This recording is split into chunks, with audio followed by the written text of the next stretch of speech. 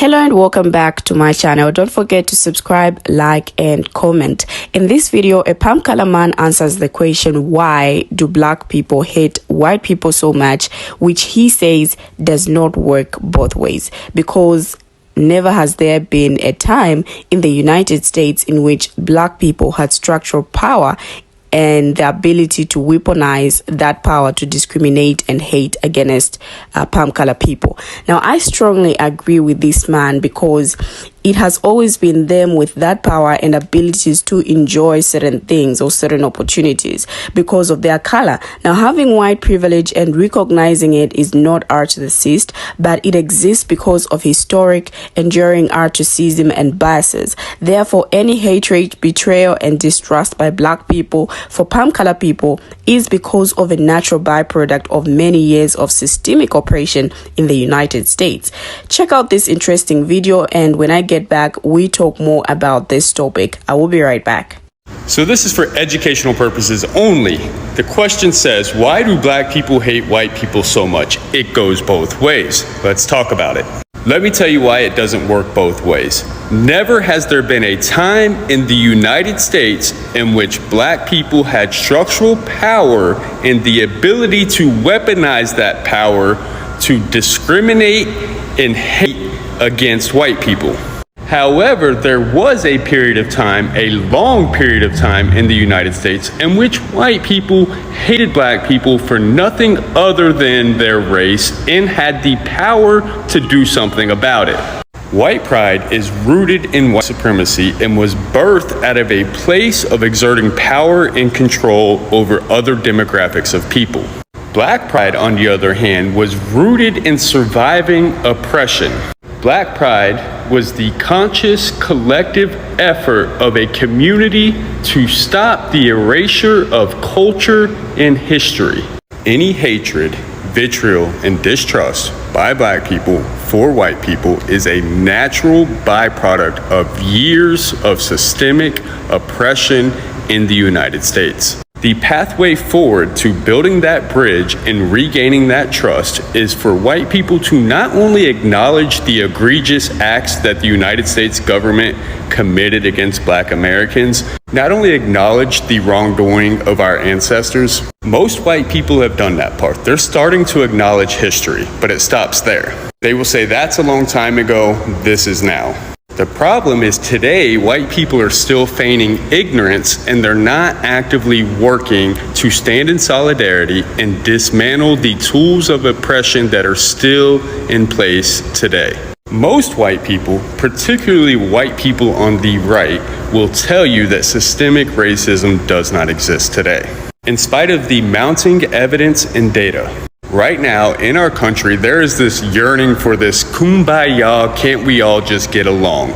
The problem with that line of thinking is that it's very superficial, it's surface level. In a perfect world, we just say, stop the hate, end racism, everybody get along, and voila, everything will be back to normal. The reason why that never works is because there is something much larger and nefarious at play that profits off of our division. Till we, and when I say we, I mean particularly white people, because black people have been screaming this for years, until we address the institutions and systems that are perpetuating this racism, we will never affect change. You know, there was a time when I used to hear black people say, screw them saltines, I'll say it mildly, but I used to get so mad until I understood the root cause of black pain and black anger in this country. It wasn't until I got educated, I deconstructed and re-educated myself, that my whole worldview and perspective changed.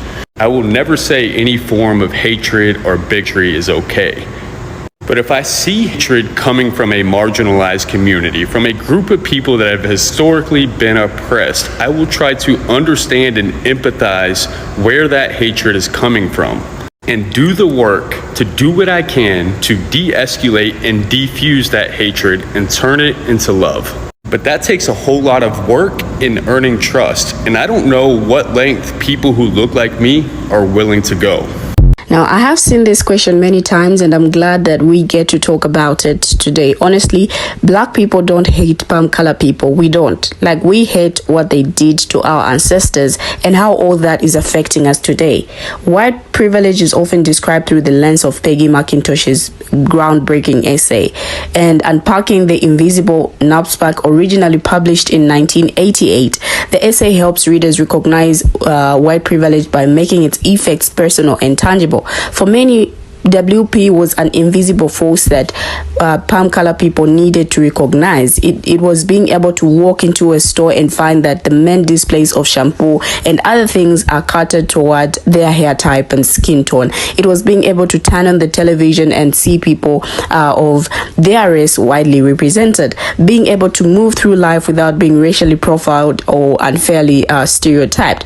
Now, this idea of WP as unseen unconscious advantages took hold, it became easy for people to interpret McIntosh's vision of WP, fairly or not, as mostly a matter of cosmetics and inconvenience.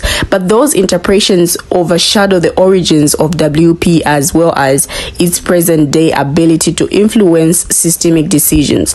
Now, they overshadow the fact that WP is both a legacy and a cause of articism, and they overshadow the words of many people or black people who for decades recognized WP as a result of conscious acts and refused to separate it from historical inequalities.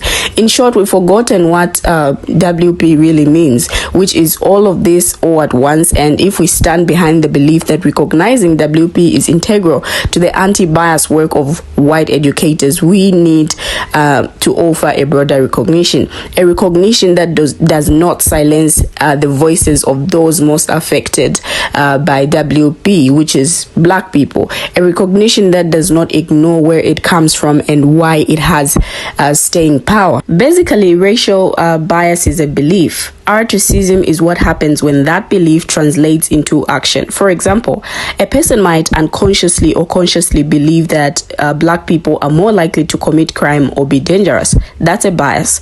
A person might become anxious if they perceive a black person is angry, and that stems from a bias.